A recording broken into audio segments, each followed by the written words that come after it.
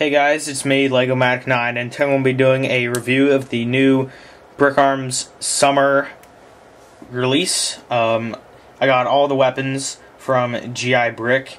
Really fast shipping. G.I.Brick, probably the best website to order Brickarms from, just because their shipping is incredible. So I live across the country from them, and I got it in 3 days. Ordered on Saturday. Not on Saturday, on Sunday, and it got here. I think it shipped on Monday, and it got here on Wednesday. So that's very impressive for them being all the way in Oregon, and I'm in Ohio. So anyway, so I'm going to be reviewing. I'm just going to just show you the weapon real quick and tell you the grippable parts and of the gun, and then I'm going to go over and switch weapons. So first we're going to start with the brown weapons, and then we're going to go into the black / gunmetal. So enjoy. Alright, first weapon we got up is the M79 Grenade Launcher, or the bloop gun. So this gun is grippable almost everywhere, pretty much. It's grippable, standard part right here. Then it's grippable on the end of the barrel on the underside. Then this entire grip right here, that's all grippable. And then the stock, I believe, is grippable there, and then a little bit on the top. Then I'm going to show you a comparison between that and the version 1 bloop gun. So here's the version 1. As you can see, it had the grip is in 2 parts, and that is just 1. And by the way, this is overmolded, so it's 2 colors. So there's the bloop gun. Now we have the SABR Shotgun.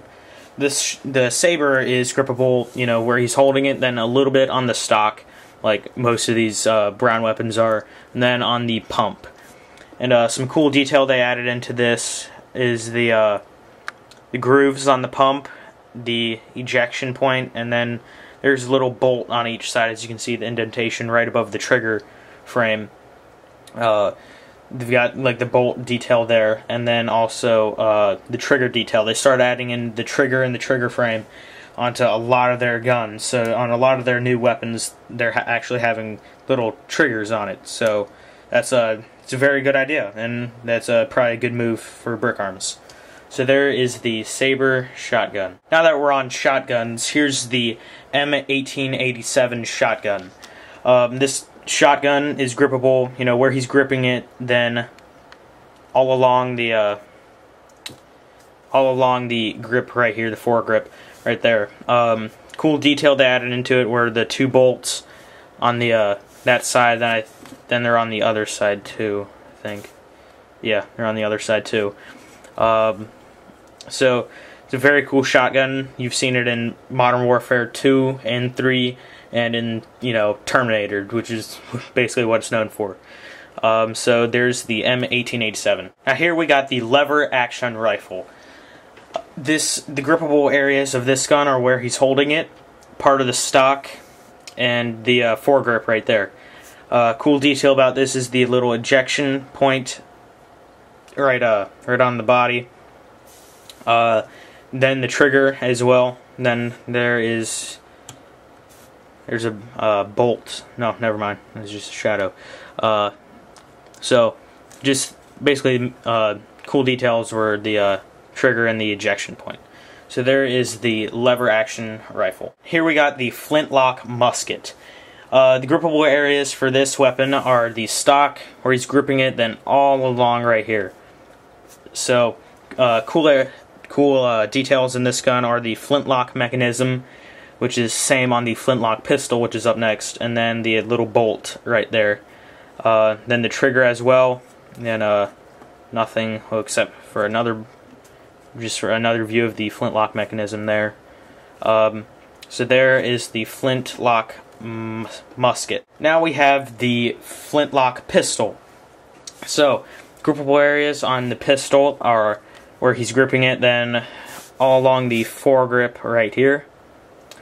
Cool details in this are the flintlock mechanism and the trigger, and that is basically it for the Flintlock Pistol. Very nice pistol. Okay, now on to some World War II guns.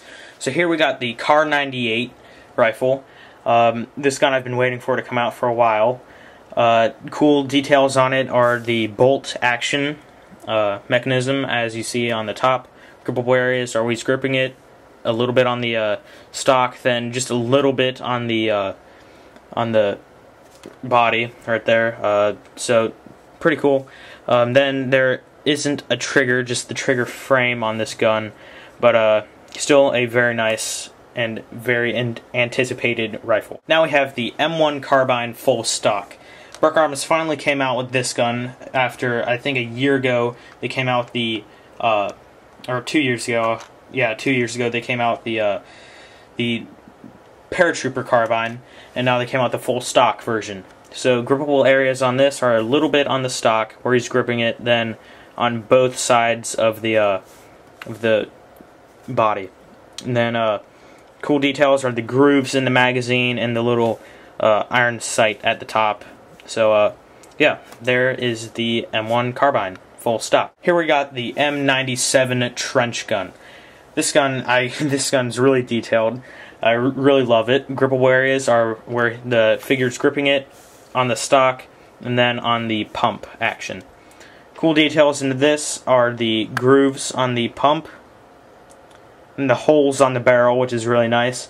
Then you've got the bolt right there, then the ejection point right there on the body. Then it does have a trigger on it, so I really like this gun. It's one of my favorites of this release. So there's the trench gun. Now we're moving on to the black and gunmetal weapons. So here we have the Sten Gun. The grippable areas on the Sten Gun are on the grip, where, you know, the figure holds it, bottom of the wire stock, where the little hole is in front of the magazine, and on the top of the actual gun itself. Cool details in the Sten Gun are the little hole indentation behind the barrel, the bolt, and the little trigger area, which is pretty cool looking. Then it also does have a removable magazine, as you can see. So magazine comes out, works on the slot mechanism, but cannot fit a MG42 drum mag, but it can fit a Browning box mag. So there is the Sten Gun, and it also is available in black, and here's the black one. Go show. Oh well, so there is the Sten Gun. Now we have the Tommy gun. So the Tommy gun is grippable, right on the handle, and then on the foregrip, and that's pretty much it. The cool details into this are the bolt on the top, and the little grooves on the back of the barrel. And then the magazine is also removable, just like a lot of their new guns. And it's got a cool little wind-up detail onto the mag. You can just kind of see that because the camera doesn't feel like focusing. Yeah, so you can see that. So it's also available in gunmetal, which I do not have. So there, I'll just keep the mag out. So there is the Tommy gun. Here we have the Tokarev TT-33 pistol. It's only grippable on the handle, nowhere on the slide. Cool details into this are the iron sights, the grooves on the back of the slide, the trigger, and the little indentation at the front of the slide. So there's the Tokarev TT-33. Now here we have the MG34. This gun is grippable on the handle, all along the barrel. So cool details into this gun, there's a lot of them, are the trigger, the holes on the barrel, basically the whole barrel itself has got a lot of detail onto it. Then some of the iron sights on it. Then also the snail drum mag is removable. Hold on. So it is removable, just like that, and it has a slot mechanism. Then a cool detail on the mag is the little curls on it. Never mind, you can't see that. The camera's too dumb. There's the snail drum, as you can see the little curves on it. So there's the MG34. Now here we got the Panzerfaust. So this gun is only grippable on the back rod of it. Does not include the monopod. I'm just using that to hold it up. So it's only grippable on the back rod. That's really the only place that you'd need to grip it. And cool details onto it are the little sights on it, than the rocket itself. So there is the Panzerfaust. Now here we have the AA-12 Shotgun, or the ACS, as Brickarms calls it. So this gun's grippable on the the handle, then on the foregrip right there, then a little bit you can just barely grip it, basically all along it. Cool details in this are the ejection point and the iron sights, and then it's got some cool detail on the magazine. As you can see, it has that on both sides. Then the magazine, or the drum, is also removable just like that. So there is the ACS or AA-12 shotgun. Here we have the ABR, or AUG, as a lot of you guys know it. This one is only grippable on the handle, then on the top of the stock.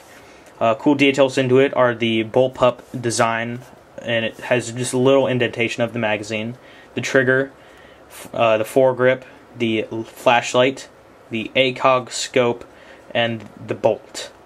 So there is the ABR, or AUG. Here we have the M9 pistol. This weapon is grippable on the handle, then on the top of the slide, I believe, then a little bit on the bottom of the slide. Cool details into this are the trigger. The slide itself is basically really detailed. You can see, kind of. So the slide is really detailed, and then it's got some nice iron sights on there.